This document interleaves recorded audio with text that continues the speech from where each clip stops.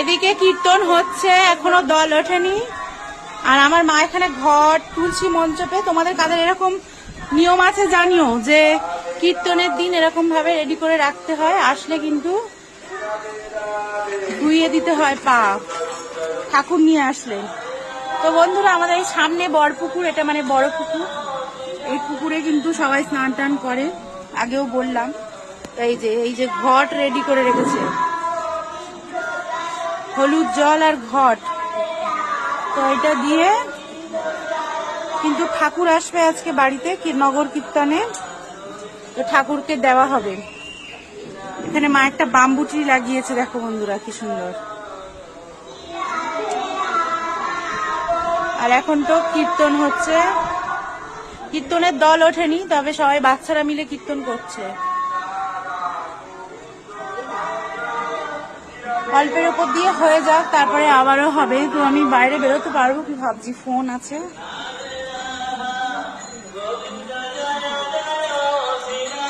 এই যে ফোন ভিজে যাচ্ছে, চলে যাই।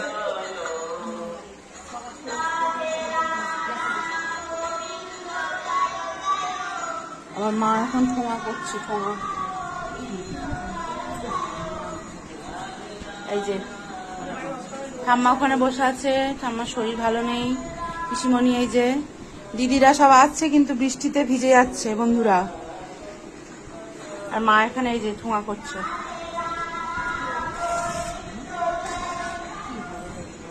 কি ভাবছো? হ্যাঁ ঠাম্মা রিলস করবে তো? ঠিক আছে, আমার ঠাম্মা সুস্থ হয়ে গেলেই আমরা একসাথে রিলস করব, ঠিক আছে? এখন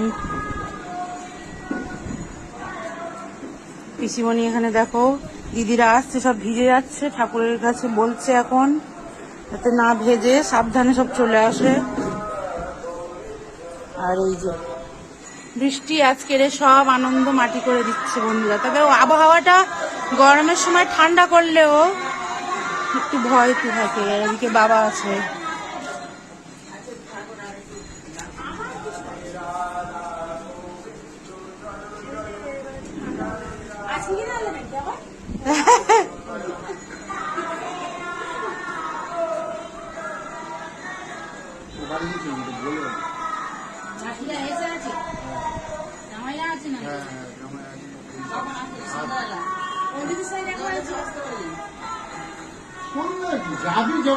যখন খুশি গিয়ে ঘুরে আসছে।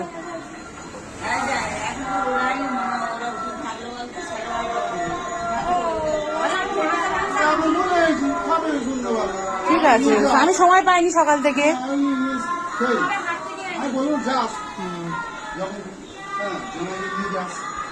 ওরা কি আমার আলাদা করবো? আমার ওই বয়টা বাড়ি এসে ঠাম্মার দেখতে এসে বলেছে, এই হলো।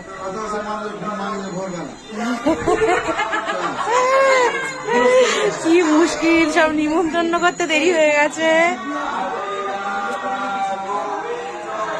তো বন্ধুরা চলো টাটা, বৃষ্টির তো শেষ নেই, বৃষ্টি শুরু হয়ে গেছে, চলো টাটা।